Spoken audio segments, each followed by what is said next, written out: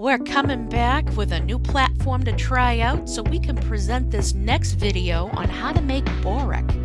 This is a Turkish dish which is savory, which would make a beautiful breakfast, lunch, or dinner. And it's so easy to make, folks, honest to God. I'm actually going to plan this for our breakfast on Thanksgiving morning. Easy to find the stuff, and it's very easy to do. So why don't we get started with this? So as usual, pause the video, get a pad of paper and pen. We have two recipes here. You've got the main recipe with some substitutions, as well as an olive oil wash that's going to be needed for when all is said and done. Now, quite easily enough, a big bowl, mix all of your ingredients until completely incorporated. No huge cheesy chunks. You want this to be as mixed well as possible. I'm going through here and making sure nothing is sticking together and balling up.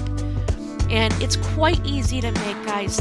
Even the little kids could get involved with this. I think they'd have a blast with it. Now for the next part, remember, phyllo dough is coming into the picture. So get your oven going 400 degrees, and we're going to show you how we make this log on top of the phyllo dough that'll get gently rolled. So we take a handful of the spinach, we put it on the phyllo dough, we do 2 layers to start, and then we roll it again in 2 more layers. So here we've got the first 2 layers, we're painting it up with some of this olive oil garlic wash. We don't want to super soak it, that would be nasty, because you still need to roll this. So we're making sure that every spot is covered, and we're taking about a handful. I probably am grabbing maybe 8 to 10 ounces, it really depends. I did not cut the phyllo dough at all. In fact, I love this size because it actually makes the recipe more manageable to work with. So I'm shaping this into a log, if you will. Ultimately, we don't want to overstuff it, but we want it to be as even as possible. And you can see me shifting the mixture around just to get it as even as possible. And because this is on parchment paper, it's going to help me with the starting of the rolling. Now, phyllo dough does dry out fast. Don't worry about it. That olive oil wash is not only going to help make extra flavor and make this crunchy, but it does serve a purpose of glue. So we're going to gently place this first layer, and we're going to roll it until the whole thing is covered. And we're just going to roll that out of the way because we need to do the next layer. And I'm actually grabbing 2 more. So each log, if you will, is going to be 4 sheets of phyllo dough. And we're doing the same thing. We're going to put some olive oil wash on here. I got fresh garlic happening in this thing. Totally beautiful. Like, it smelled so good when I was making this. Not gonna lie, I had to make a second batch just so we had a backup. And of course it got used. So we're putting this on that phyllo sheet just like what we did with the first set. And it's nice and forgiving when you're using a silicone brush.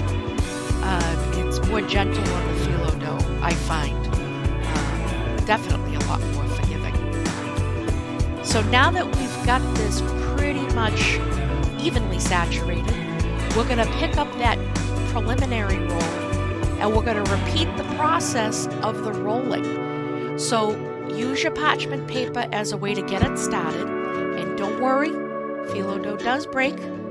It can happen. I've got a wicked dry kitchen, so I expect this to start drying out. And the beautiful thing about this olive oil wash, we're making layers of crispy goodness, and it's going to cook beautifully, give it lots of flavor.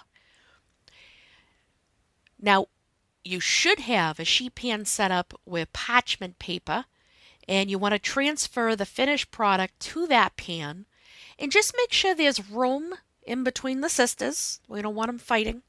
We want the heat from the oven to be able to touch everything. And knowing that, we're going to do a light coating of the olive oil wash as well on the outside. Keep in mind, we're not actually using a whole lot of this olive oil wash. there really isn't a whole lot going on. And as you could see here, we put in a little bit of extra seasonings. That's up to you if you want to do it. But this serves the purpose of cooking so many at once. And it should take about 20 to 30 minutes or until it's golden brown. So you may want to do a timer for 20 and take it from there. So, you know what? Let's look at how they came out because I know you guys are going to love the look of this. Now take a look at how crispy cut on that line is. This is a beautiful dish, easy to make. We're actually going to do this for our breakfast Thanksgiving morning. So I hope you try it. Thanks so much for watching, guys. Catch you later.